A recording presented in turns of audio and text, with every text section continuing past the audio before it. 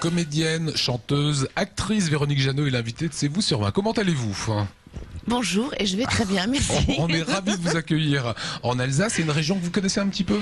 Un petit peu, parce que j'avais tourné Les Silences du Cœur il y a, je ne sais pas, peut-être une quinzaine d'années. On avait tourné Strasbourg et Potsdam.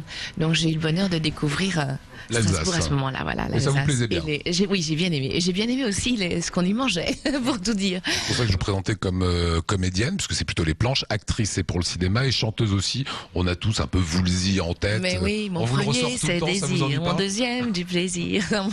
Ça marche toujours. Ça marche toujours. Bah oui, mais en plus c'est une chanson qui passe toujours sur les ondes, qui n'a pas pris une ride, donc c'est superbe. J'adore cette chanson. Alors vous êtes aux éditions du Cygne aujourd'hui avec Belsheim, c'est votre éditeur, et vous signez Tibet. C'est une belle histoire en fait qui vous est arrivée, cette rencontre avec Migmar. Oui, c'est un cadeau, c'est un cadeau. Né en fait de mon implication pour le Tibet, pour défendre cette cause depuis longtemps. Et j'ai rencontré ma filleule il y a maintenant plus de 5 ans. Orpheline. Et on s'est tellement, ça a été un coup de foudre, on s'est tellement bien entendu qu'on s'est dit qu'on serait deux sur le chemin de la vie.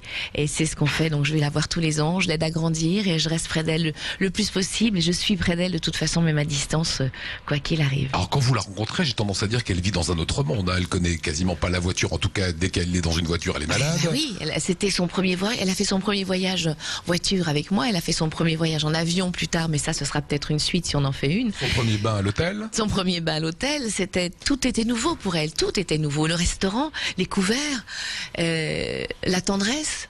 Et puis elle est intelligente, puis elle a envie d'y arriver. C'est comme tous ces enfants là-bas, parce que c'est leur chance. Ils en ont pas 36 000. Hein. Alors il y a des choses que je découvre. On ne sait jamais réellement qui est le père. Hein. C'est ce que vous expliquez dans le bouquin. Mais oui, parce qu'en fait, quand une femme tibétaine épouse un homme, elle devient aussi la femme en fait des frères cadets.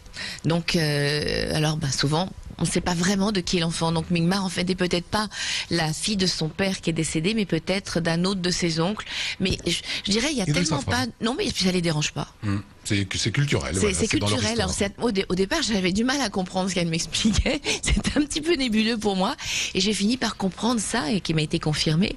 C'est un petit peu spécial. Il n'y a pas la filiation, c'est pas aussi important que dans notre culture occidentale. C'est pas aussi important que dans notre culture. Qu'est-ce qui vous relie aujourd'hui au Tibet? J'aime ce peuple, j'aime cette philosophie, j'aime leur hospitalité, j'aime leur sourire envers et contre tout, j'aime leur force de caractère.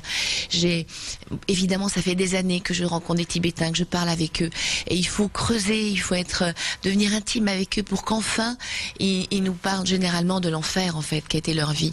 Et jamais on peut le voir, jamais. Est-ce que vous avez le droit d'y aller au Tibet? J'ai pas encore essayé de demander de visa. Ouais, le problème, c'est les autorisations chinoises. Vu que j'ai une association qui défend le peuple tibétain, qui parraine des enfants tibétains en exil, je suis pas sûre d'avoir le droit. Mais en fait, c'est un de mes rêves d'aller au Tibet, et en même temps je crois que j'ai un peu peur d'y aller, parce que malgré tout là j'ai rencontré depuis toutes ces années des Tibétains libres qui ont souffert énormément mais qui sont libres, alors que là-bas je rencontrerai des Tibétains qui n'ont pas le droit d'honorer leur lama, qui n'ont pas le droit d'avoir une photo du Dalai Lama sous peine de prison, qui vont donner le change mais qui ne seront pas eux, alors que ils sont eux en exil. Aujourd'hui, que devient Migmar, votre filleule? Migmar, elle continue ses études au village d'enfants tibétains de Dharamsala, et elle travaille très bien, et j'espère un jour la faire venir en vacances déjà pour commencer, et puis un jour la faire venir dans ma vie et l'adopter. Voilà, c'est une belle histoire que vous conte Véronique Jeannot, avec des beaux dessins.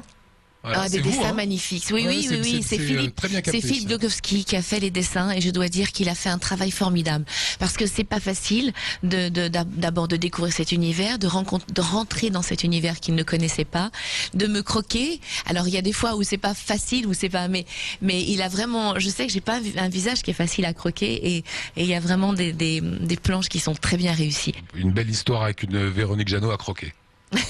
Voilà.